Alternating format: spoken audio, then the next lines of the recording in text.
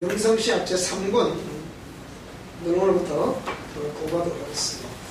인간 고난과 질병의 원인이 목적이다. 고난이라는 것은 우리가 살아가고 있는 우리가 삶 속에 내가 전혀 원하지도 않는 일들이 우리 삶에 너무 많이 펼쳐지게 되죠. 세상에서 고생하는 거 좋아할 사람 누가 있겠습니까? 고통당하는 거 좋아할 사람 누가 있겠습니까? 그럼에도 불구하고 저는 원치도 않는 일들이 우리 삶에서는 너무 많이 벌어지고 있고, 그런 것들 때문에 우리 예수님이 믿는 사람들은 그런 것들을 우리가 숙명이다, 운명이다 이렇게 치부를 해버리죠. 영적 세계를 전혀 알아보려고 하지도 않고, 영적 세계가 존재하는지 존재하지 않는지도 모릅니다. 그런 가운데 믿는 사람이라 한다 하더라도 이걸 어떻게 처리해야 될지 속수무책으로 당할 수밖에 없어요. 그러니까 믿는다고 하는 사람들이 오히려 이제 그 교회를 오래 다니는 사람들임에도 불구하고 연사예요. 연사가 뭡니까? 내가 내 인생의 궁금한 점을 어떻게 해서 좋겠냐, 나름대로 은사자들이라는 사람들이 찾아가서 그것을 물어보는 그런 것이죠. 제가 연애 능력이 없어서 말하는 아이라 그랬잖아요. 그럼에도 불구하고 제가 이 근황 신앙생활을 40년 하는 동안에 나는 열심히 다니고 교회도 지어봤고 개척교도 해봤고 하고 있고 대형교도 있어봤고, 제가 목사로서 신학교 교수도 해봤고 부흥사도 해봤고 총회 임원도 해봤고 연합 발표도 해봤고 웬만하게 다 해봤잖아요. 그런데 도대체 이게 왜 이런 일들이 우리한테 벌어지는가? 그러다 보니까 하나님, 왜 누군가는 이것을 정면으로 부딪혀서 정면으로 돌파하고 정면으로 이 해법을 제시하는, 누군가는 그 일을 해야 되죠. 누가 될지 모르지만.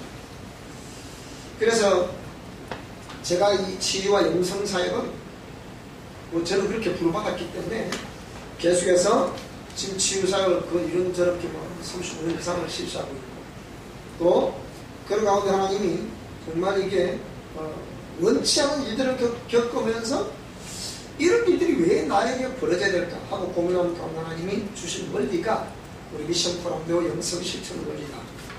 거기에 대해서 이제 박사 논문을 내고 또 학위를 또 받고, 또 그러면서 이런 것들을 한번 해보니까 우리 진주에 내가 만나는 봉사들이 대화를 해보면 전혀 못 봐요. 제가 몇 분들에게 책을 이렇게 드려봤어요. 그래서 읽어보십시오.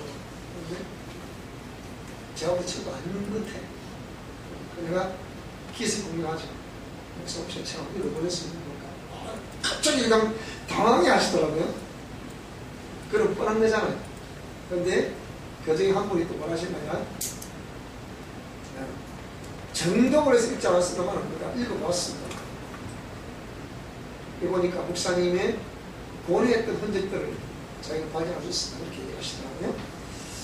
자, 그래서 오늘은 고난과 질병의 원인은 목적인데, 우리 이게 영성 실천 원리하고 별로 상관없는 내용인데, 어찌 보면 근데 우리가 현실적으로 이런 문제 앞에 직면하고 있잖아요. 근데 이것을 그럼 우리가 어떻게 그래서 이걸 풀어가야 되는 문제이기 때문에 해서 이걸 다루는 겁니다. 자, 오늘 시편 107편 좀 꺼버릴까요?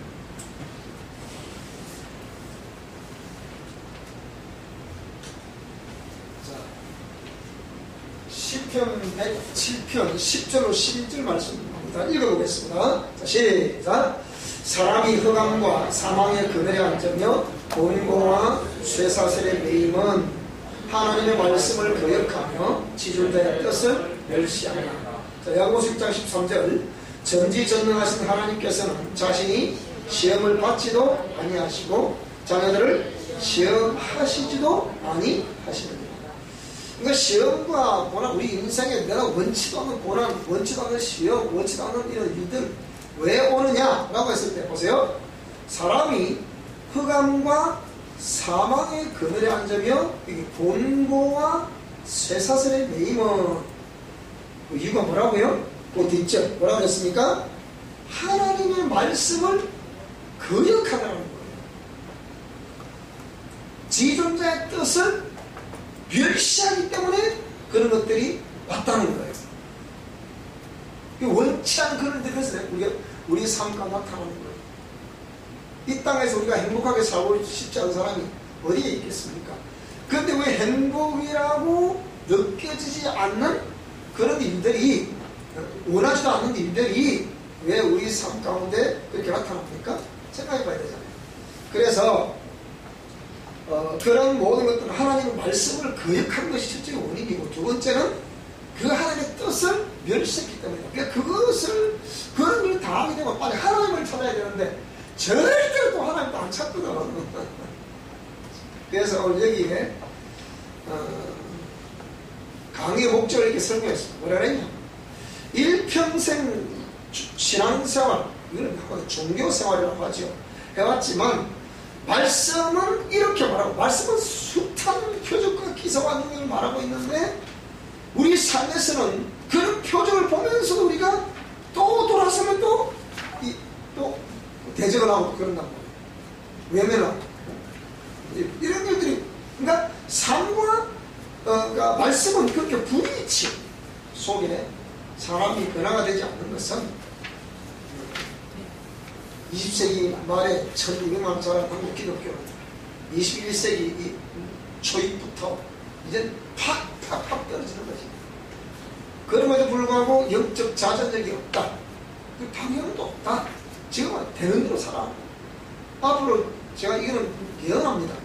가면 갈수록 이제는 각각 개개인이 하나님 앞에 직면하고 개개인이 서야 되는 시대입니다. 분명히 이게 맞습니다. 이렇게 옵니다. 부모로 해서 자식의 신앙을 지켜줄 수 없고 자식들이 부모의 신앙 지켜주지 않습니다. 아무리 내 사랑하는 형제라도 하더라도 내 신앙 지켜주지 않습니다. 자기 신앙을 누가 보호해야 됩니까? 자기 스스로 보호해야 됩니다. 거기서 그래도 부모님은 저도 부모 중에 한 사람이잖아요. 그런데 제가 자식을 낳았기 때문에 이 아이들을 계속 부둥켜 기도합니다. 그건 웃기다 하겠죠, 그죠? 또 그 부모님들이 안 믿으신 분들은 또 자기들 입장에서 우리 어머니 아버지가 천국 가셔야 될 텐데 계속 이렇게 하는 거예요. 저도 예수 믿으냐 40년 우리 아버지 돌아가시니까 그건 뭐 20년 좀 다 돼가시죠. 그러고 그러니까 안돼도 다 가시고 어머니도 돌아가셨고, 그런데 두 분 다 그래도 예수 믿고 돌아가셨으니까 저는 제 할 일을 다 했다 생각합니다. 아직 형님 또 형님하고 살아계신데 아이고 잘 안 나오신다 그래. 당신의 말을 빌어보자면 우리 집안은 예수 믿는 삶 때문에 망했다 그러더라고요. 그래서 제가 그랬어요. 아, 예수 믿기 이미 망했지 뭔 소리야 지금 내가 그랬어요. 그랬더니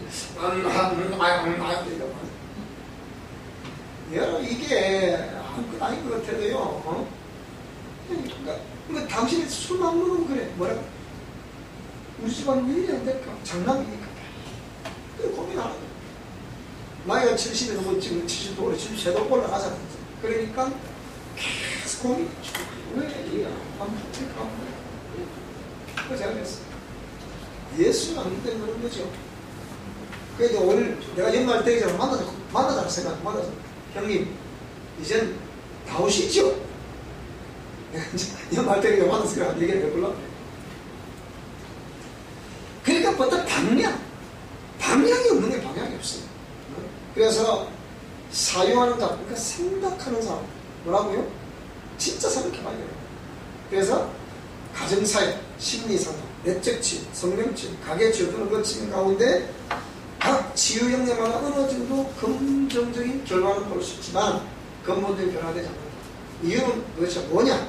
다름 아닌 죄와 그 죄의 종로릇을 충실히 했던 옛사람, 그 옛사람의 동통로인 자, 이런 것들이 처리가 안 되기 때문에 근본적으로 문제가 해결이 안 되는 거예요. 그래서 뿐만 아니라 부정적인 그 죄의 DNA, 아빠도 죄인이고 엄마도 죄인, 죄인 아빠와 죄인 엄마가 아이를 놓으니까 죄인 아들, 딸을 놓는 거예요.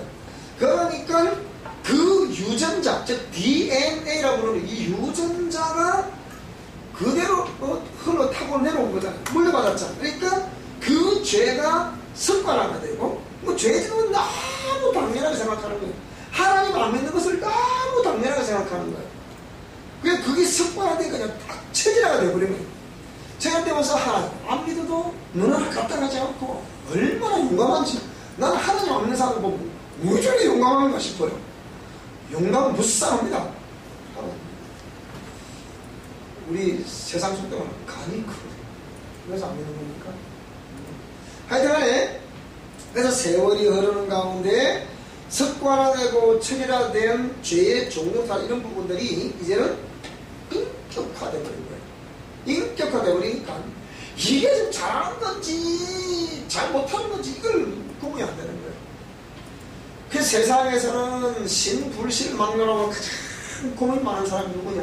따라합시다. 마음이 착한 사람들이다. 마음이 착한 사람들은 괴로워서 못 견딥니다. 조금만 하나 실수라도 내가 왜 이랬었고 이 괴롭게 못 견디는 거예요. 그래서 그러니까 우리가 보통 그런 사람들이 인정이 많다 그러죠. 그러니까 인정이 많은 사람은 괴로워. 제가 그 합천에서 택배할 때 어느 한 집에 가고 그분은 고아예요. 아주머니 고아. 나이가 내보다 작은 사람인데 그 당시에 마음 몇 살인가 그랬는데, 근데 이 사람은 어쨌든 그 고아로서 남편을 만나고 결혼했는데 정말 열심히 해서 누구처럼 사는 거예요. 시골에서.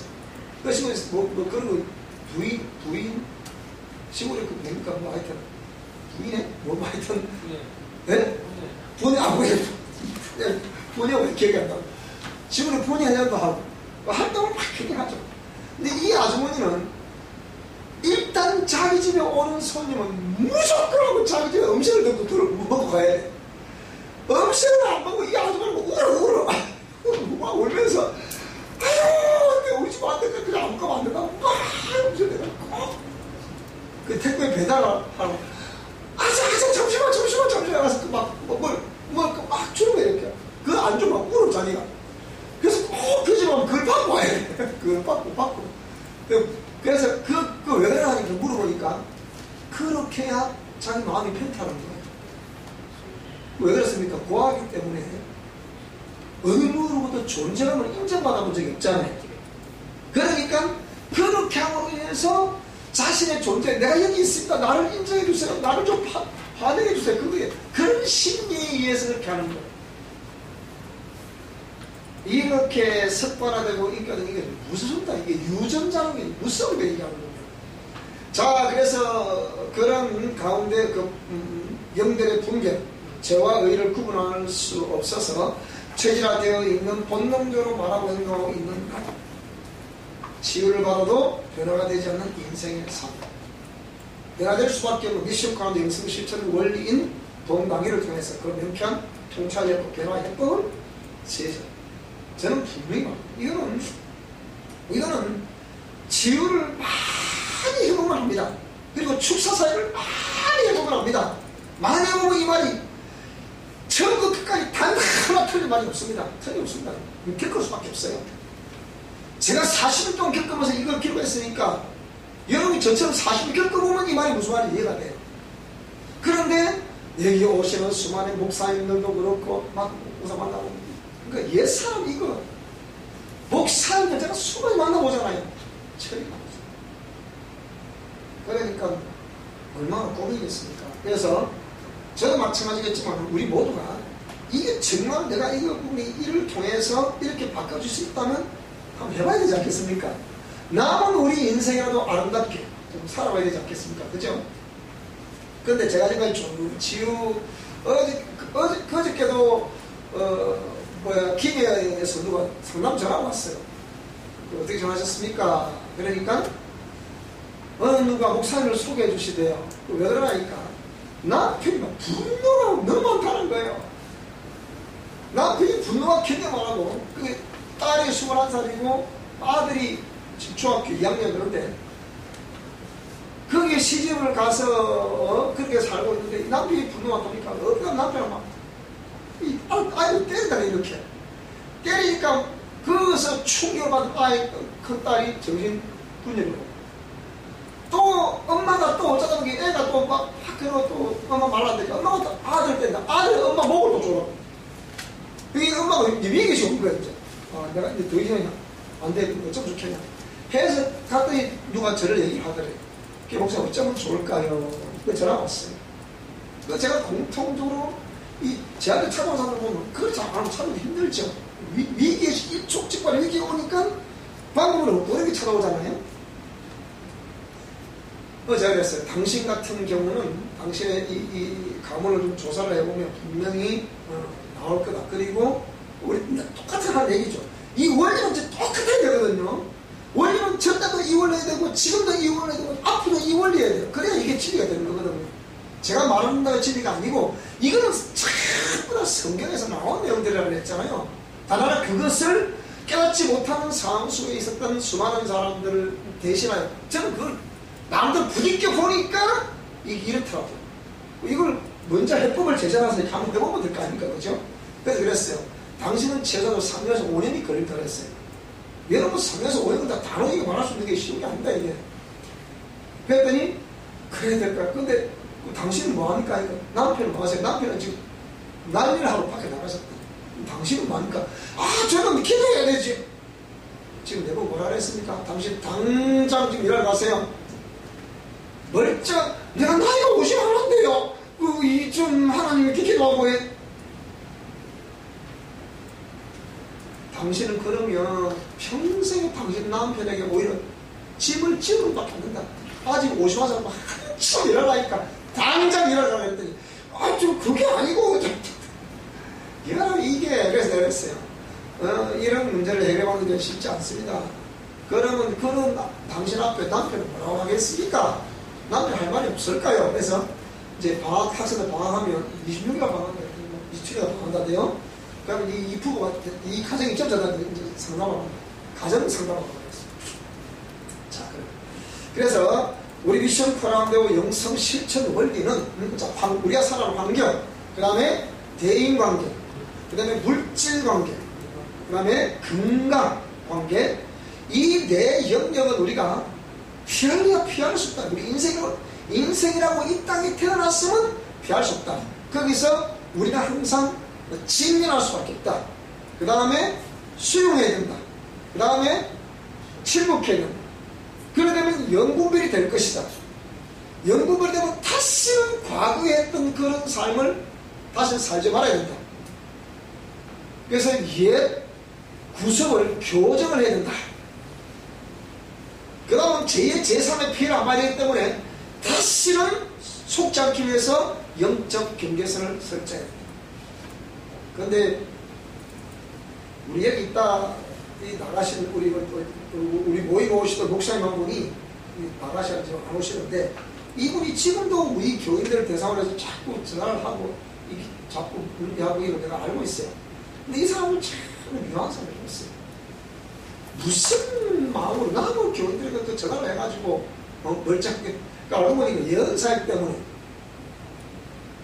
그분을 제가 우리 와서 자기가 그 치유사역을 모르는 사람을 치유사역을 가르쳐주고 사역자를 세워서 저분은 정신을 공부한 사람이 치유 공부하는 사람 아니거든.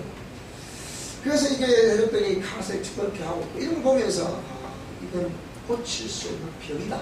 그런 생각이 들더라고요.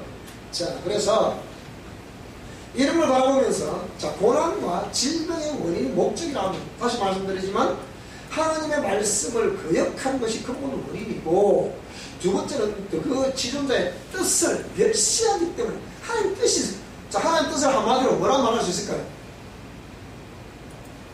하나님의 뜻을 한마디로 뭐라 말할 수 있을까요? 이걸 우리 이번에 교회론 책에 썼어요. 제가 딱 한마디로 말하면 네 심령이 깨끗해지라고. 간단합니다. 그걸 깨끗해지지 않으면 예수님을 다시 오시는 예수님을 맞이할 수가 없어요. 뭘 맞았거든요? 내가 거룩하니 너희도 거룩해라 라고 말씀하시면서 뭘 말하는 겁니까? 그것은 하나님이 거룩한 분이시잖아요. 피조물과 구별되신 분이고 죄와 구별되신 분이거든요. 그러니까 그 자체로 깨끗하신 분이란 말이에요.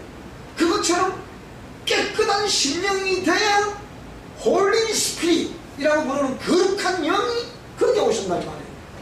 근데 우리가 우리 심령 성전을 깨끗게 하는데 열심히 하지 않으면, 그게 하나님의 뜻인데 그 열심히 하지 않으면 어떻게 우리 예수님 다시 맞이할 수 있겠습니까?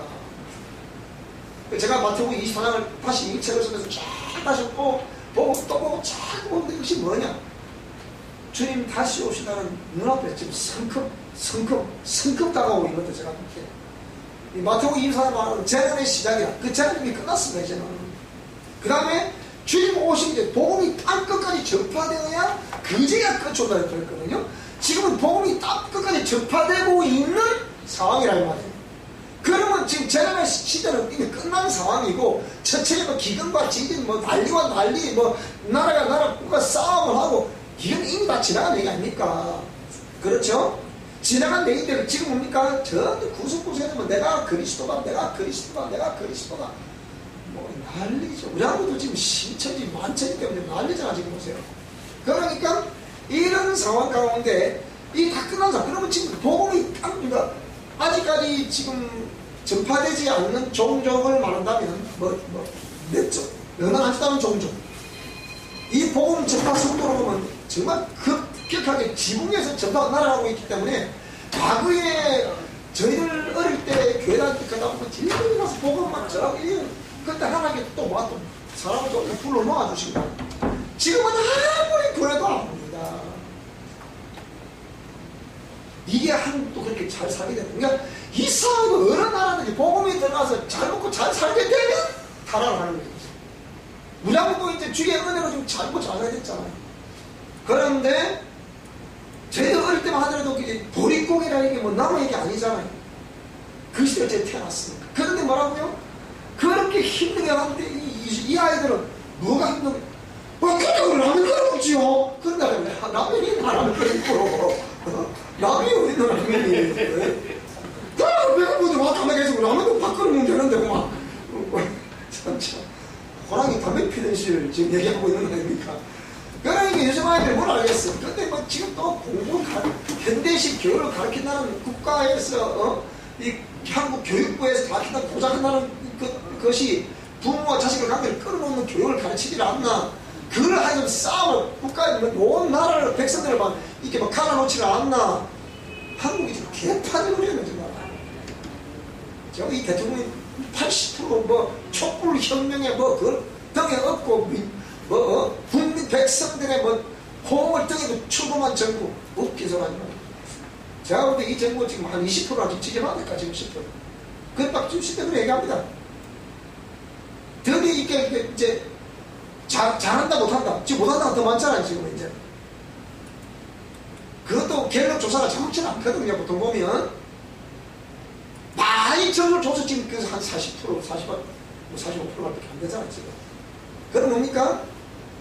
못한다가 지금 훨씬 많아 제가 볼 때는. 제가 볼 때 못한다가 한 7, 80% 되는 거예요 지금. 이분은 지금 랜덤이 벌써 온 거예요. 이 정부에서. 그런 상황인데, 자, 그래서 이게 하나님 말씀을, 그러니까 지도자의 뜻을 멸시한다. 그러니까 신령 성전을 깨끗게 만들어라! 이게, 제가 이번에 그 학생 인권주로 왔더니 교육청에서 이거 주도를 하면서 그게 방송을, KBS 방송에 나오더라고 얘기를 하시더라고요. 그런데 이 박종훈 교육감은 2월달에 상정을 시켜가지고 경남 도의회 상정시켜서 자기 이제 패스시켰다는 얘기예요. 그렇게 방송에 났는데 어쨌든 간에 이런 모든 하나님의 뜻을 멸시해가지고 되는 일은 없습니다. 근데 우리가 하나님 몰라서 그렇죠. 그것도 우리 기도를 해야 됩니다. 이런 상황에서 자, 여기 보겠습니다. 여기 하나님 우리가 보면 야고보서 1장에 보니까 무슨 이 1장 13절 이 부분에 대해서 우리가 설명을 하면서요. 이건 자 개혁은 뭐라고 했냐?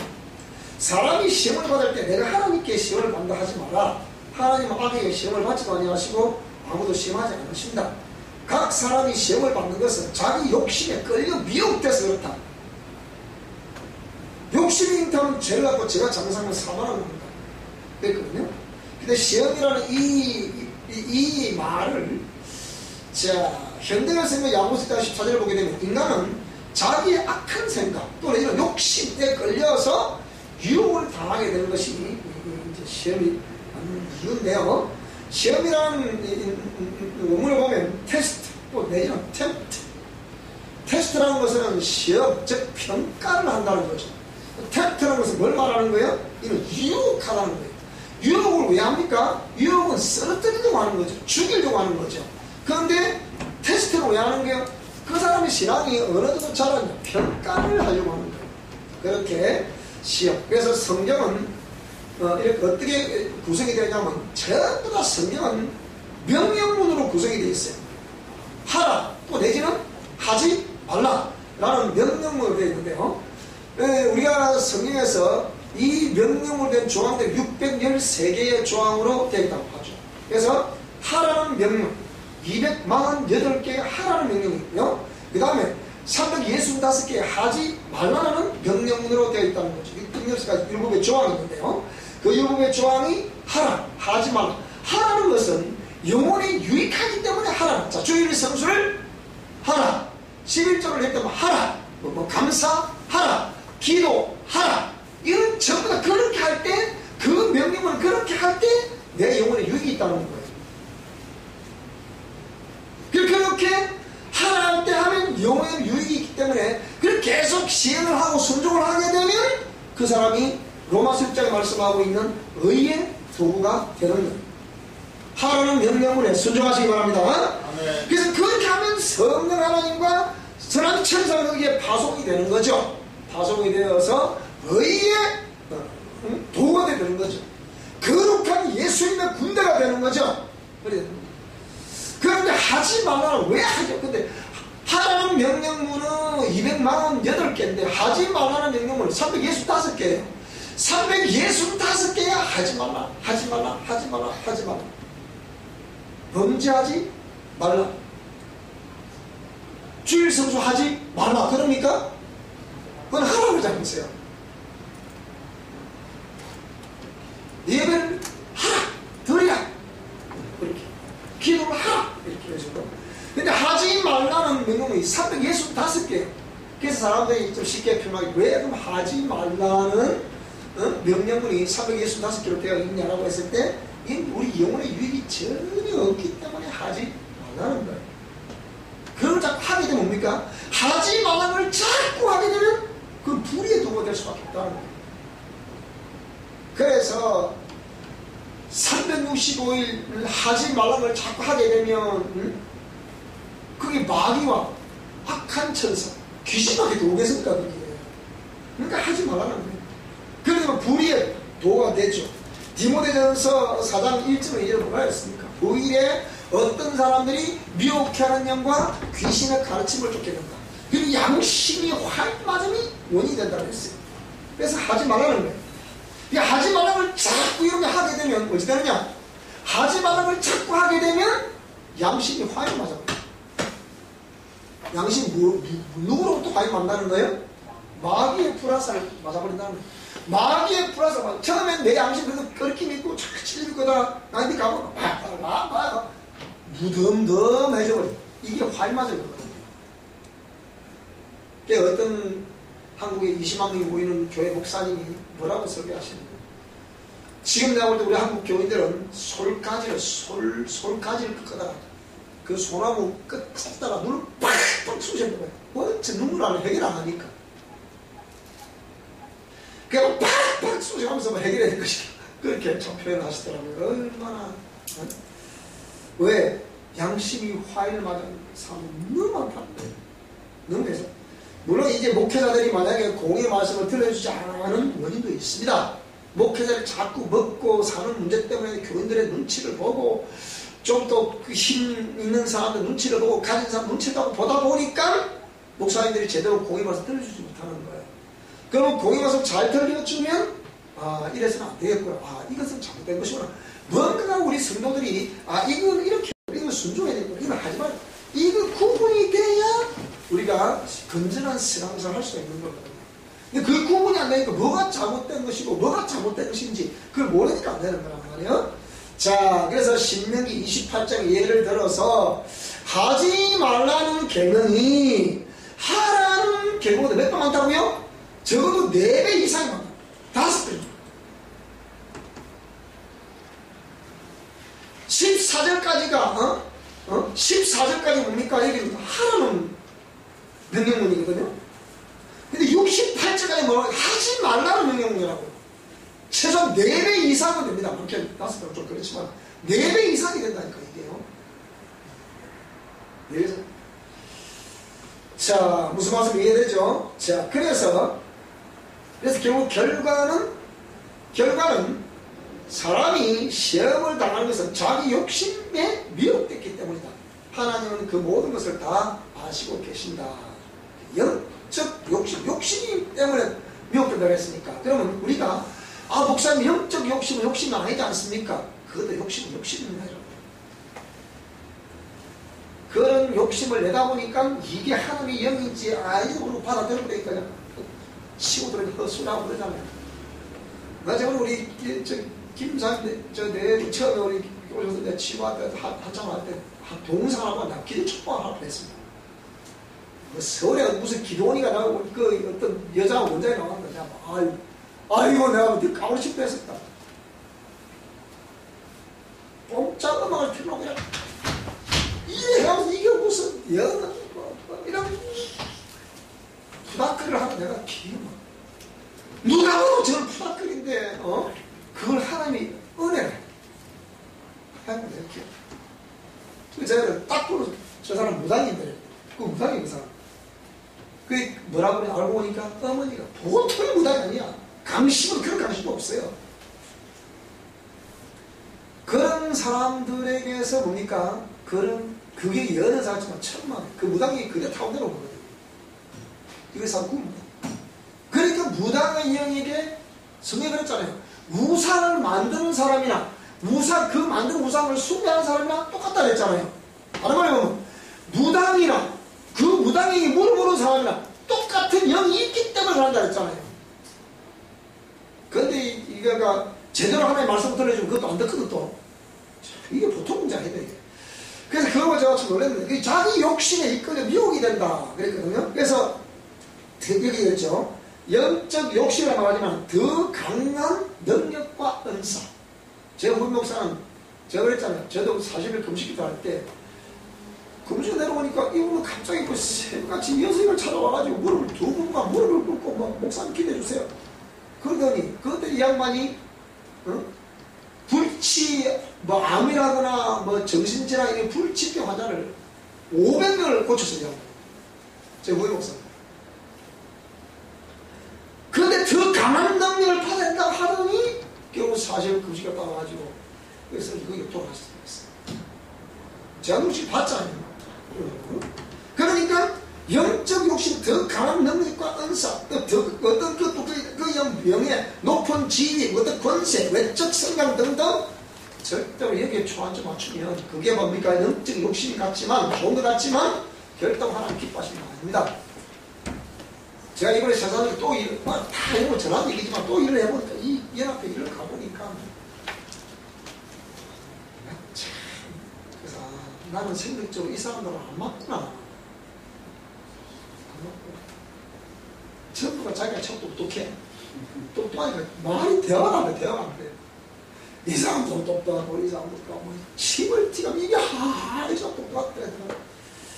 내가 말을 잘못해놨구나. 다시 나가지 말아야겠다 싶어서. 지난, 어쨌든, 그저께 집회로 마지막으로 하고, 안 나가야겠다 싶어서. 사람이 옛사람이 뭔지도 몰라요. 자아가 뭔지도 몰라요. 고집이 뭔지도 몰라요. 죄와 죄성이 뭔지도 모릅니다. 그런데 그때 막 옳다는, 자기가 옳다는. 그러니까 이런 것들이 참 뭡니까? 영적 욕심, 거룩성 같죠? 성경이 뭐라 그랬습니까? 주의 전을 사모하는 열심히 주를 섬기. 그래, 안 되잖아요? 그래서 정상적인 은사는 하나님이 각 사람이 뭐라고요? 잘 들어보세요. 정상적인 은사는 정말 그 하나님 말씀 받들고 전심으로 기도하는 가운데 하나님이 각 사람들에게 나누어 주시는 거예요. 그 때를 따라. 무슨 말씀 이해되죠? 물론 임파테이션, 영적 전인이 있을 수 있습니다. 있을 수 있는데요. 그래도 여러분이 그런 가운데 내 심령성을 자꾸 깨끗하게 만들어야 된다는 이유가 거기 있는 거예요. 깨끗하게 만들어야 거룩한 일이 오시잖아요. 그래야 이 혼란스러움 없이 주님의 은혜를 잘 전할 수 있단 말이에요.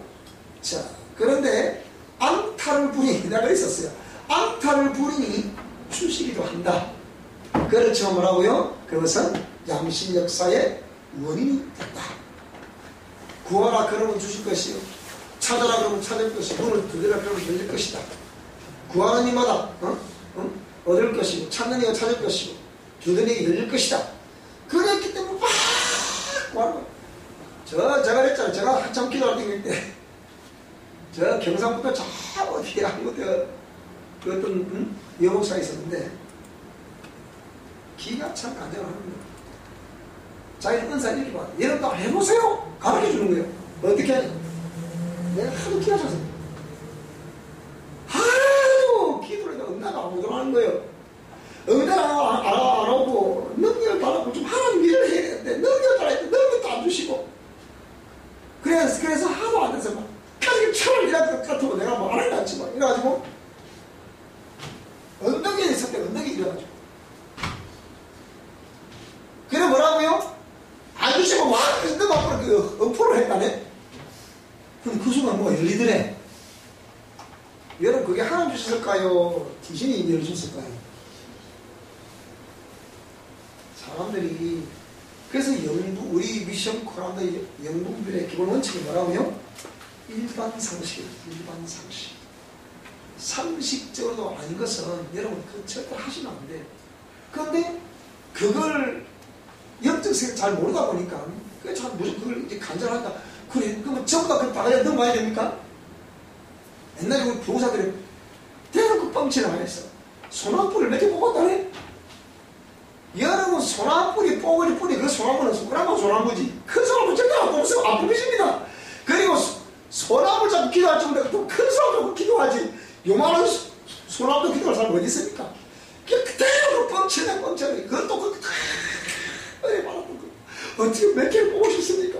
은혜 받았대. 따라 끼리끼리 잘 놀고 있다. 무슨 일입니까? 그게 현실. 그래서 영생을 하라는 건 아닙니까? 때가 되면 자기가 은사 통로를 잘 닦고 만들어 놓으면 자동으로 필요에 따라서 나타납니다, 여러분. 나타난다니까요. 그래서 우리 올라서니 그래서 고린도전서 12장을 보니까 3절에 7절 가서 보니까 성령으로 말미암아 예수를 주로 시한다. 그때는 성령의 나타남을 각 사람에게 은사를 주시면 되겠죠. 그 다음에 혼적 욕심이라면서 뭘 말하는 겁니까? 자, 사역을 잘한다. 사역의 형통, 자랑, 외모를 치료하고 조종하고 분리하는 것. 절대로 제가 여러분들도 혹시나 오해하실 수도 있는 중에 하나가 뭐냐면 우리는 영성 실천 원리를 말하잖아요. 그러니까 제가 영성 실천 원리를 다 전해놨기 때문에 이제 여러분들이 각자가 그 영성 실천 원리를 다 일어서셔야 됩니다. 무슨 말씀이 됩니까? 그럼 옛날 같으면 제가 어떤 하나님 말씀을 지금도 하나님 말씀 여러분 개개기도 하나님 말씀 주실 때 있어요. 제가 있습니다. 지금 말을 안 할 뿐이지. 그런데 제가 그걸 전달해 보니까 사람들이 그 말씀 듣는 것에도 지식이 되어 있어. 그것도 안 되잖아요. 그것도 실패해요. 그건 제가 목회 실패해요.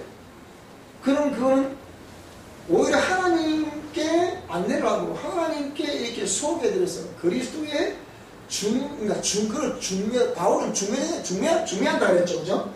그렇게 돼야 되는데, 제가 하면 되는 게 아니에요. 자꾸 저를 바라보고 저를 해야 안 되거든요, 여러분. 그러니까, 이 한국의 목사님들이 다 그것 때문에 실패하는 거예요. 왜 자기를 자꾸 내세웁니까? 그러니까 안 되는 거예요. 그래서 이 그 박사 논문을 이렇게 지도해주신 그 지도교수님이 뭐라고 그러느냐. 행여나 목사님 책을 읽어보니까 딱 하나 요 하나만 제가 꼭 좀 이렇게 구매를 해야겠어. 그러시더라고요. 그래서 하십시오 했더니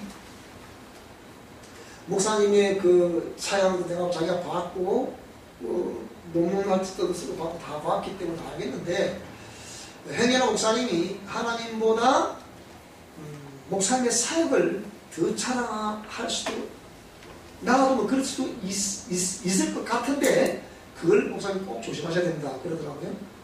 그럴까 안 그럴까요? 그래서 제가 받아들이죠. 예, 목사님 뺐다 생각하면서. 그래서 여러분이 절대 이 실천 원리는 물론 하나님이 조호석 목사라는 사람을 통해서 이 실천 원리를 이렇게 가르쳐 주신 것이지만 이거는 뭐 저를 잘하는 게 아니잖아요. 그렇게 할 때 여러분 개개인의 심령이 하나님께 바로 세워질 수 있다는 거죠. 무슨 말이 되죠? 그래서 나는 절대 여러분을 조정하지 않습니다. 그래서 보통 은사자들은 거의 대부분 조정을 하죠. 당신이 내가 말하는 말 안 들으면 안 두고 보라고 이렇게 보통 여러분을 놓거든요. 그러면 안 되잖아요. 제가 여기 우리 이따 나가신 분들 그들을 다 하나님 다 하시면 다 했습니다. 다 전달 줬어요. 근데 그대로 되더라고. 1년 2년 지나니 그대로 펼쳐지더라고. 내 눈으로 다 펼쳐지더라고. 그래서 이걸 보면서 야 하나님 참 무서우신 분이다. 그런 생각이 들거든요. 그래서 혼적 욕심 절대로 어떤 목회자 개인은 사역을 자랑하거나 이런 걸 자랑하려고 그 사역에서는 안 되잖아요. 그리고 또 성도들이라는 건 성도들은 하나님 말씀을 잘해서 뭐 부유하게 된다거나 이걸 목적 삼으면 안 되잖아요. 무슨 말이 되죠? 그런 걸 목적 삼고 하니까 그 욕구에 뭔가 충족이 안 되면 보따리 싸는 거지. 그 하나님 승리를 아니에요. 이게 안 되거든요. 자, 그래서 하나님은 우리의 중심을 보신다. 의도적으로라도 어떻게 해요? 따라요. 오직 주께 영광을. 오직 주께 영광을. 솔리드 글로리. 오직 주께. 오직 주께 영광을. 솔라필. 오직 위도. 이렇게 오직 주께 영광을 고백해요. 그런데 우리가 교만할 게 없잖아요. 제가 책을 쓰지만 그 교수님의 그 얘기가 항상 염두에 두고 글을 썼거든요. 쓰면서도 그걸 기억하는 거예요. 또 물론 제 소견을 생각의 견해를 별로 옮겨놓지만 그렇지만 이거는 저는 분명히 하나님께서 어떤 그 감동 그 책을 하면 이게 사실 이거 나올 이 책은 10년 전에 이미 초본은 10년 전에 완성해 놓았던 거예요. 초본은 제가 글을 썼어요. 컴퓨터 저장이 되어 있기 때문에 10년 전에 초보가 완성이 됐던 건데 거기에 이제 그동안 10년을 거치면서 모든 정보를 또 넣고 이래가지고 좀 책을 쓰게 됐는데 한 170, 80페이지도 될 것 같아요. 그래서 오직 그래서 마귀는 마태복음 4장 8절에 보니까 천하만국과 그 영광을 보여주면서 네가 내게 전하면 내가 이 모든 걸 네게 주겠다. 그래 뭐라니까 예수님이 뭐라고 그러세요? 하나님께 경배하고 다만 그를 섬기라. 그러니까 영적 욕심도 혼적 욕심도 욕심이 있다면 죄를 낳고 죄가 장성하면 사망을 한다 했잖아요. 자, 그래서 조심해야 된다는 거죠. 그거는 야고보서 1장 14절 보니까 자기 악한 생각이나 욕심에 끌려서 유혹을 당했다 그랬거든요. 그래서 영적 욕심, 혼적 욕심, 그 다음에 육적 욕심 뭡니까? 육신적인 건강, 육신적으로 잘 되는 것, 아름다움, 부를 소유하는 것, 이런 외형적인 모습, 그걸 위해 만약 목적을 삼았다면 이것도 또 실패라. 그래서 하나님께서 주신 모든 것은 하나님을 위해 써야 합니다. 온유와 겸손해야 되겠죠. 그래서 고린도후서 9장 9절 이하에 보면 흩어 가난한 자들에게 주었다. 그랬더니 하나님께서 심을 씨와 먹을 양식. 제가 저번에 한동안에 연세대 교수님이셨던 그 부부의 그 말을 참 잊지 못하는데요. 이분은 연세대 교수니까 거의 먹고 사시는 지장 없잖아요. 그런데 아주 놀랐어. 얼마나 검소하게 사시는지. 굉장히 당시 그 권사님 그러시더라고요. 권사님 서울대 두분 다 서울대 나오시는데 뭐라고 그래요? 목사님, 사실 저희들이 이렇게 이 남편 월급 받아가지고 이렇게 살면서 그 월급 보니까 연봉 이런 건 넘죠. 다들 그 넘는데 그게 맞지만 그래도 차로 이렇게 그 당시에 그랜저 구형을 타고 다니시던데요. 구형을 타고 다니면서 어떻게 해요? 그러면서 그 자기들도 진짜 먹을 거 안 입고 입을 거 안 입고 어떻게 해요? 물론 자기들 공부도 시켜요. 공부를 시키면서 나머지는 뭡니까? 그래 다 모아가지고 성경을 한다는 거예요. 제가 그거 참 많이 충격을 좀 받았어요. 그래서 심을 씨와 먹을 양식은 하나님 공의 말씀대로 하면 주시게 되어 있습니다. 그래서 우리 봉사의 징후를 주었다. 은사를 주시게 한다. 그래서 13절 보니까 후한 연고를 인하여 하나님께 감사하게 된다. 이런 말이에요. 그렇게 되면 그렇게 쭉 나가면 베드로서 5장 6절 보니까 하나님이 능하신 손 아래서 겸손하면 때가 되면 하나님이 높여주시는 때가 온다. 우리는 이런 말씀들이 하나님께서 우리 주신 말씀인 줄 알고 욕심을 버리시기 바랍니다. 버립시다. 영적 욕심도 혼적 욕심도 육적 욕심도 그렇게 부려봤지만 그럼 되는가요? 잘 안 되더라고요. 제가 사실 금식기도 하나 느낀 적이 안 있어요. 사실은 금식도 끝났는데 너무 허전하더라고요. 그러니까 어떤 사람은 들어보니까 불을 받았다, 명령을 받았다, 교회가 건축이 되더라, 차가 세차장에 들어오더라, 집이 안에 생기더라, 돈이 들어오더라, 뭐가 들어오더라, 교회가 들어오더라, 좋은 소리 다 하더라고. 그럼 저도 사실은 금식이다 그런 생각이 조금 있었을까요? 없었을까요? 여기서 저도 인간이 아니겠죠. 뭘 목적은 하나님 말씀대로 살아가고 보고 싶습니다. 이게 목적이었어요. 그래서 하나님이 그래놓고 하나님 보너스를 계시고 그거 주시면 안 될까요?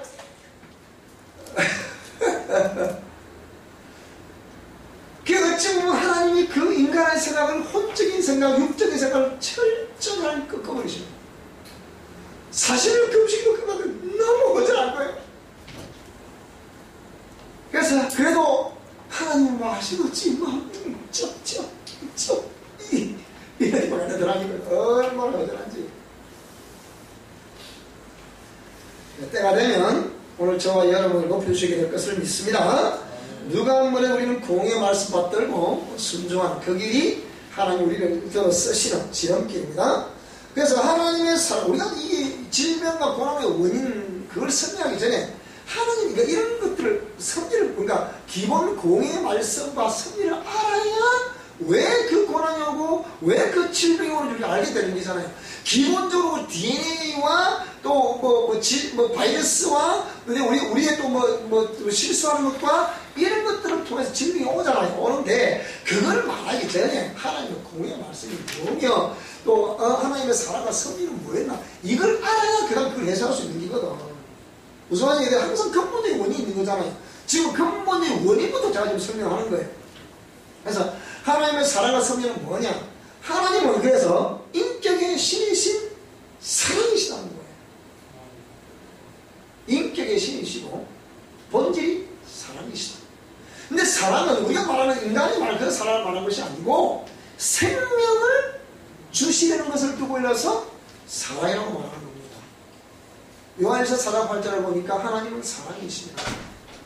로마서 5장 8절을 보니까 뭐라고 했습니까? 눈에 보이지 않지만 하나님이 우리에 대한 당신의 그 사랑을 십자가에서 확증하셨다. 이렇게 말씀합니다. 그래서 하나님은 하나님의 형상의 모양대로 지어받은 모든 인간들이 전부 뭐라고요? 자, 행복하기를 원하신다. 아니면 불행하기를 원하신다? 하나님은 나에게 행복하기를 원하신다. 우리 자녀들이 행복하기를 원하신다. 우리 가정이 행복하기를 원하신다. 민수기 6장, 자, 민수기 6장 24절을 볼까요 한번? 자, 하겠습니다. 민수기 6장 24절을 한번 읽어보겠습니다. 아주 크게 읽어보겠습니다. 여기 읽어보겠습니다. 자, 시작! 여호와는 네게 복을 주시고 너를 지키시기를 원하며 여호와는 그 얼굴로 네게 비치사 은혜 베푸시기를 원하며 여호와는 그 얼굴을 네게로 향하여 드사 평강 주시기를 원하노라 할지니라 하라. 그들은 이같이 내 이름으로 이스라엘 자손에게 축복할지 내가 그들에게 복을 줄 것이다. 여러분 항상 우리 자녀들이 좀 믿고 때로는 꾸중들을 일을 해도 그래도 칭찬해 주시기 바랍니다. 축복해 주시기 바랍니다. 우리 어머니는 일자 무식이거든요. 그런데 이 할머니는 욕을 얼마나 잘하는 건 아닌데 가르쳐 나머지 열받으면 우리 어머니가 이 쇠가 만발이 빠져나와. 세월이라고 뭐 쇠가 뭡니까? 혓바닥을 말하는 거가 혓바닥 몇 발을 빠져요? 이 만발이 빠지면 뭐 어찌 되겠노 이게? 아, 나 얼마나 이걸 수확하게 하는지. 지역마다 욕을 듣는 뭐가 문제야. 이 썩으로 마다 그래. 이 썩. 이 썩으면 어찌 되겠노? 이 썩. 이거 어릴 때 하나씩 해보세요. 한명에는 뭐라고 욕하시는 거예요, 집사님? 단목에는 뭐라고 욕하시는 거예요? 단목에, 우리 한국 사람 들어보니까 어머니가 아주 너무 선하신 분이라서 그 욕을 안 들어보신 새끼야. 그죠? 우리 라이브 스토리 옛날에 다 봤잖아요. 볼 때, 우리 어머니는 어쩌면 손해야, 많이 물으라이. 우리 고사님 그만도 없어, 기억이 많이 나 보니까. 그러니까 우리 어머니 할머니들은 욕을 망명북동의 역자의 할머니 우리 큰어머니거든. 우리 큰어머니는 이런 나왔다고 망명북동이 결승들썩합니다. 얼마나 욕을 잘하시는 거지. 근데 하나님 뭐라고요? 그렇게 축복을 해주라. 자녀들에게 축복을 해주라. 자식 키우는데 자식들이 말을 안 듣거든. 그러니까 저도 그때 제가 우리 이제 제가 해초를 됐을 때 매를 때문에 내가 하루 봐라 우리 딸내미가 했다 그냥 막 말았어요 이게 옛날에 중학교 때 얼마나 열을 받았거든. 근데 이게 누구 근데 아빠가 그랬잖아요. 누구를 이렇게 그래. 그 미안하다면 아빠가 몰라서 그랬대. 용서해도 아니 은혜 용서해도 그래서 아빠 그랬잖아요. 아이고 뭐 축복해 줄 수 없는 잡지 말이야. 축복을 많이 줘야 되지. 아주 뭐 두고 후회한다. 그래요. 그러면 축복. 그러니까 부모의 욕심은 우리 자식들이 다 잘 돼서 좋겠죠. 그런데 이 자식이 부모가 생각할 만큼 공부를 또 하나 안 하거든 또 이게. 또 아니 생각하라고. 엄마 아빠가 그렇게 그 시를 보내줬는데 어쩌라고 근데. 그런데 부모의 욕심이라는 게 어쨌든 나는 이래도 니한테는 잘 되는 게 아니다. 그런 걸 하는 거거든요. 그런데 그렇게 그래서 제가 교육은 에듀케이션, 가르침, 티칭 뭐 이런 걸 교육이라고 하는데 교육은 그래야 되는 거 잘 뭐라고요? 저도 이제 나이 60쯤 되고 보니까 뭐라 하냐 교육은 따라합시다. 가르치는 것이 아니고 삶을 통해서 보여주는 것이다. 이게 교육입니다. 근데 부모의 혹시 뭐 예전에 우리 부모님들은 뭐 그렇게 또 이때 어른들로부터 그걸 이렇게 전수를 받으셔서 또 그걸 보셨기 때문에 그렇겠지만 그렇게 하는 것이 그 교육인 줄 알았거든. 그렇게 하면 할수록 자식들은 빗나가고 있는 거예요. 이걸 사면 배운다니까. 어쨌든 다 축복합시다. 축복해 줍시다. 축복해 주시기 바랍니다. 그래서 모든 인간들 다 행복하기를 원하십니다. 근데 하나님은 모든 인생들이 그렇기 때문에 하나님 말씀을 따라 순종하기를 원하시는 거예요. 그래서 순종이 제사보다 낫다는 거예요. 듣는 것이 수양의 기름보다 낫다는 거예요. 그러니까 하나님 말씀에 순종하는 것을 부모가 먼저 순종하는 보여줘야 자식이 순종하는 거예요. 부모가 안 보여주면 자식은 절대로 안 합니다. 근데 부모가 순종하고 있다 생각하면 기다리시면 됩니다. 분명히 자기가 돌아옵니다. 확실합니다. 그거는 제가 우리 아이들과 확실하더라고요. 확실해요. 또 하나 말하지만 우리 아들은 지금 다이어트 제장 있잖아요. 근데 한 2달 동안 그전에는 여름에 그렇게 안 된다는데 안 된다 전에 진단했던 친구가 모든 저걸 다 막아버려가지고 왼쪽으로 다시 시작했거든요. 그러고 나니까 아빠 너무 힘들어요. 근데 그때에 이렇게 자기 하나님의 살아계심을 지한테 경험하게 해주면서 그대로 했더니 뭡니까? 한 달에 지 월급 외에도 1,000만 원 벌어주더래요. 이러면 돈 금방 벌어주시더래요. 근데 그걸 이후에 한 2달 또 태풍이 오고 난 그 전국에서 한 2달 동안은 또 내리 꼬라박 같아 또 많이 쓰는 것때 그러니까 아빠 너무 힘들어. 그러니까 그 아들 왜 한숨을 자꾸 쉬냐? 야 이놈은 한숨 쉬면 되냐? 그랬더니 진짜 그건 그래 아빠. 그런데 아빠요 잘 되면요 한숨 쉬래. 잘 되면 자동으로 옷이 나온대. 그러니까 안 되니까 자동으로 땅이 끄지라 한숨 쉬는 거예요. 아들 한숨 쉬지 마라. 한숨 쉬다 될 거 없다. 그래서 이렇게 하자. 기도하라고 제가 다시 가르쳐 왔거든요. 이렇게 물어보니까 지난날에 지금 11월달, 12월달, 1월달, 2월달은 이거 저쪽 그 지역에서 잘 안 된다고 그래요. 겨울에는. 그런데 안 된다는데 지난달에 240만 원 별도로 또 벌었대. 이런가요? 그럼 이번 달에도 지금 아직까지 100몇십만 원 또 벌었대. 그럼 네 말대로 그러면 지금 마이너스 당해야 되는데 번갑에 그러니까 그래도 방을 한 거지요. 야 이놈아 방은 네 월급 때 받고 나왔으니까 그거 잘된 거 아니냐? 니는 그것도 사고가 안 됐다며. 마이너스 내 먹는다며. 근데 지금 잘 되고 있잖아. 그러니까 방은 그렇지요. 욕심이 이게 끝도 끝도 없는 거야. 그것은 감사해야 되지 않겠습니까? 그죠? 그래서 말씀을 따라 순종하게 하면 됩니다. 인간은 인격을 가졌기 때문에 그런데 그 하는 말씀에 순종할 수도 있고 불순종할 수도 있어요. 그 내가 생명과 사망과 복과 저주를 네 앞에 뒀으니까 네가 선택을 해라. 그렇지 않습니까? 그래서 인간이 하나님의 말씀을 순종할 때 합법적으로 성령 하나님께서 역사하시며 통치하시지만 불순종할 때는 마귀와 귀신이 역사하며 통치하시는 것 또한 그것도 합법이란 말이에요. 그래 안 그래요?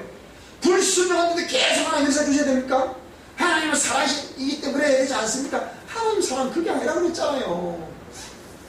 그런 개념 아니다 이 말이에요. 그러니까 오히려 저와 여러분들이 만약에 하나님 말씀을 이렇게 하라 하지 마라 분명히 말씀했잖아요. 그래서 그렇게 하면 자동으로 되는 것인데 그렇게 안 하기 때문에 역사하실 수 없는 거잖아요. 그래서 불순종할 때 마귀와 귀신 역사하는 것도 그것도 합법이라는 말이에요. 죄를 짓는 어디에 속한다고요? 마귀에 속한다 했잖아요. 그러니까 그건 합법이란 말이에요. 그래서 고통과 고난이 오는 것은 뭐라고요? 하나님의 명령된 말씀을 따라 불순종하는 그들에게 역사하는 마귀의 합법적인 통치입니다. 그들이 회개하지 않으면 하나님도 어찌할 수 없는 거예요. 나아질 수밖에, 복을 있을 수밖에 없는 거예요. 그래서 이 관련된 구절을 로마서 8장 2절, 요한일서 3장 8절, 베드로서 19절, 로마서 6장 16절 있으니까 이게 쭉 읽어보시면 무슨 말인지 압니다. 이거 읽어보자. 하나님께서는 말씀에 불신한 또는 불순종하는 그들을 아시고 마귀의 합법적인 권리 주장을 아시지만 그래도 그 인생을 포기할 수 없으시기 때문에 계속적으로 지금 성령하고 계세요. 문 밖에 서서 보는 게 우리 마음을 어떻게 이렇게 두드리고 계십니다. 지금도 내게로 돌아오라, 내게로 돌아오라, 나의 말씀에 순종하라, 순종하라 이렇게 자꾸 두드리고 계십니다. 그래서 이런 하나님의 섭리하심을 죄의 지배를 당하고 있는 피조물의 시각과 합리적인 이성은 하나님께서 고난을 주신다거나 또는 하나님의 징계라고 그걸 표현하고 있는 거예요. 무슨 말이죠? 여기에 자 그래서 그 징계에 대해서 자 히브리서 12장부터 쭉 읽어보겠습니다. 한번 읽고 마칩시다. 자 너희가 죄와 싸우되 아직 피 흘리기까지는 되는. 우리가 죄와 싸워야 된다는, 그게 절대 이걸 하지 말아요. 안 하는데 육신이 계속 습관화되어 있었기 때문에 이 돌려 그러면 육체하고 그걸 종목 안 해야 되잖아요. 그걸 싸움이라고 표현하고 있는 거예요. 그래서 자 5절 시작. 내 아들들에게 고라는 것 같이 너에게 공명하신 말씀도 잊었도다. 일렀을 때 내 아들아 주의 징계하심을 경히 여기지 말며 그에게 꾸지람을 받을 때 낙심하지 말라. 주께서 그 사랑하시는 자를 징계하시고 그가 받으시는 아들마다 채찍질 하시리라. 그러니까 우리가 지금도 기다리시는 하나님의 기다리심은 그 공의 말씀에 불순종함으로 그런 고난과 질병과 그런 원치 않은 삶에서 벌어지는데, 그것을 하나님께서 긍정적으로 보아서 징계한다고 표현한 것이지 원래 하나님이 징계하시는 게 아니라 했잖아요. 자기 욕심에 이끌려 시험을 당한다고 그랬잖아요. 그래서 너희가 그런 징계가 있을 때 참음은 징계를 받기 위함이라. 하나님이 아들과 같이 너희를 대우하시니 어찌 아버지가 징계하지 않은 아들이 있겠냐. 그 얘기. 하나님이 고난을 주시는 것이 아니라 우리가 하나님의 공의 말씀에 불순종하고 고난이 오는 건데 그것을 하나님은 징계라고 표현하셨다 이 말이에요. 아까 템트 그랬죠, 그죠? 그 개념을 잘 이해하시면 되겠습니다. 그래서 징계는 다 받는 것이거늘 너에게 없으면 사생자요 친아들이 아니라는 거예요. 잘못하는데 불구하고 다 자꾸 잘 되면 그게 하나님의 역사 아니잖아요. 하나님 말씀대로 안 하면 뭔가가 고민거리가 있어야 되는 거거든. 고민거리 있어야. 없으면 좋겠는데 그게 없으면 그 사생자 이렇게 표현합니다. 그래서 또 우리 육신의 아버지가 우리를 징계하여도 공경하였거든. 육신의 개념을 설명했습니다. 하물며 모든 영의 아버지께 더욱 복종하며 살려하지 않겠냐. 그들은 자기의 뜻대로 우리를 징계하였거니와 우리 하나님은 우리의 유익을 위하여 그의 거룩하심에 참여. 그러니까 거룩하고 심령 성결이 거룩하고 깨끗하라고 정결하라고 징계 참여했습니다. 그래서 무릇 징계가 당시에는 즐거워 보이지 않고 슬퍼 보이지만 후에 그로 말미암아 연단받은 자들은 의와 평강의 열매를 맺느니라. 그러므로 피곤한 손과 연약한 무릎을 일으켜 세우고 너희 발을 위하여 고든 길을 만들어 저런 다리로 하여금 어그러지지 않고 고치게. 그러니까 너희 이제 치유가 나오죠. 이렇게 피곤한 손과 연약한 무릎을 일으켜 세우라. 발을 위해 고든 길을 만들고 저런 다리로 하여금 어그러지지 않고 고치게 해라. 그래서 모든 사람과 더불어 화평함과 거룩함을 따라 이것이 없이는 아무도 주를 보지 못한다. 이렇게 하고 있습니다. 자, 그래서 오늘 저와 여러분들이 여기에 자, 히브리서 12장 9절 이게 징계라는 표현이 많이 나왔죠. 이게 뭐냐? 이 헬라 원문 보니까 파이드테스라는 거 뭐냐면 훈련 교사라는 거예요. 그 징계를 통해서 미련함을 일깨 오신다는 거예요. 그게 그 징계 자체가 그러니까 그 고난 자체가 우리에게 교사가 된다는 거예요. 고난 당하기 전에는 내가 그릇 행하였더니 고난 당한 것이 내게 유익이라. 고난 당함으로 인해서 내가 주의 도덕과 윤리와 법도를 배운다고 했잖아요. 그래서 함축적으로 이것은 훈도, 교정받는 일, 이런 뜻을, 교육가라는 뜻을 담고 있단 말이에요. 파이드테스 단어 속에서는. 그러니까 여기 히브리서 12장 5절, 8절, 11절의 징계, 이거는 또 파이데이아라는 것은 뭘 말하니? 이건 가정 교수라는 거예요. 그래서 가정의 부모가 자녀를 교육시키듯이 하나님이 그는 비록 공의 말씀에 불순종함으로 인해서 그것이 왔지만 그걸 통해서 교육을 시키려고 하는 것이고 훈련을 시키는 겁니까? 공의 말씀을 교육시키고 공의 말씀대로 훈련을 시키고 그 일을 하시려고 하는 거란 말이에요. 그래서 함축적으로 훈련, 즉 이것은 파이데라는 것은 뭡니까? 다르게 한다는 것이에요. 양육을 목적으로 하는 거죠. 그래서 파이듀테스라는 파이데아라는 이 단어는 전부 파이듀라는 것에서 유래가 돼서 이런 뜻을 가지고 있다. 이 히브리서 12장 6절, 7절, 1절의 이 징계는 이 파이듀, 즉 말하면 아이를 훈련시키다. 교육하다. 책벌. 훈련하다, 징계하다, 배우다, 가르치자. 그래서 바리새는 바리새에서 유래가 됐는데 이는 벌이 아닌 것으로 맞았다. 이게 보통 우리가 하나님께 멸망했다 그렇게 얘기하죠, 그죠? 멸망해서 그만 깨달을 게 아닙니까, 그죠? 그래서 구약에 보면 아이들이 미련하게 행하거든 반드시 회초리를 대라. 그 회초리가 바로 징계란 말이에요. 깨닫게 하는 거예요. 무슨 말씀이 되죠?